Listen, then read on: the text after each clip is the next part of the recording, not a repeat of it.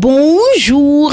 Plusieurs sujets font le menu des journaux parus ce jour. Marième Faye Sall chez les sinistrés de Grand Yoff Doma, la première dame en humaniste, titre Réumi Quotidien. Aussitôt revenue de la Mecque, l'épouse du chef de l'État, Marième Faye Sall, comme l'appellent les populations, a pensé aux populations en détresse. Sous ce rapport, elle se rend Doma samedi 1er octobre 2016 à Grand Yoff au chevet des sinistrés. Lit-on dans les colonnes de ce journal qui indique que la mère Teresa sénégalaise fait partie de ces épouses de chefs d'État qui assistent leur mari avec efficience et efficacité. L'on se rappelle qu'elle s'était rendue nuitamment dans la banlieue avec tous les risques encourus, avec un objectif majeur, voler au secours des populations victimes des inondations. Les Sénégalais avaient applaudi, rappelle Réumi Quotidien, qui note que Marième Faye Sall se distingue aussi par des actions sociales en venant en aide aux démunis. Elle a eu à offrir dans le passé des nattes, des ustensiles de cuisine, des matelas à des populations en détresse.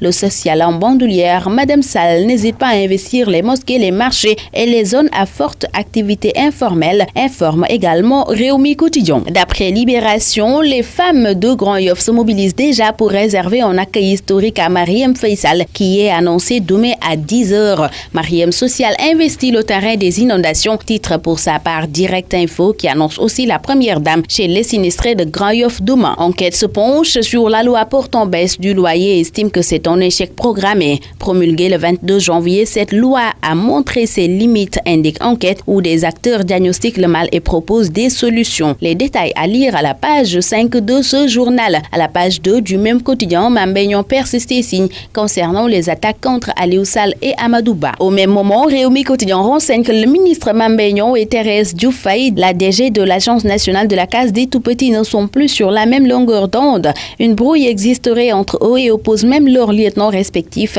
qui, à travers des sorties médiatiques, se lancent des pics parfois bien malhabiles. La gouvernance des jeunes du parti est particulièrement au cœur de leur malentendu, révèle Réumi Quotidien qui note que si les ouailles de Mame Mbaye Niang s'illustrent par des positions parfois violentes et offensives contre la personne de Thérèse Diouf Faye, celle-ci s'accommode plutôt du silence, préférant consacrer son action politique à la Cogère et aux tout-petits. Mais au-delà du parti, s'affrontent deux responsables politiques au tempérament différent, note mon confrère Pape Ndiaye. Le piroguier, chroniqueur de Réumi Quotidien, se penche sur la classe politique qu'il juge dépassée et déphasée. L'analyste de ce même journal, Sonsom, lui, s'intéresse à l'affaire Karim Wade qui divertit le Parti démocratique sénégalais avec un problème de leadership et le non-renouvellement des instances de base, entre autres. Et dans Walf Quotidien, c'est Cheikh Bamba Dièye qui persiste et signe sur la gestion opaque des ressources pétrolières. Nous sommes dans une sorte de ténèbres, voit le patron du FSDBJ qui soutient qu'il y a des gens qui ne sont intéressés que par des commissions. Et dans l'Observateur, l'on rapporte les non-dits de la démission de Agibou Soumaré.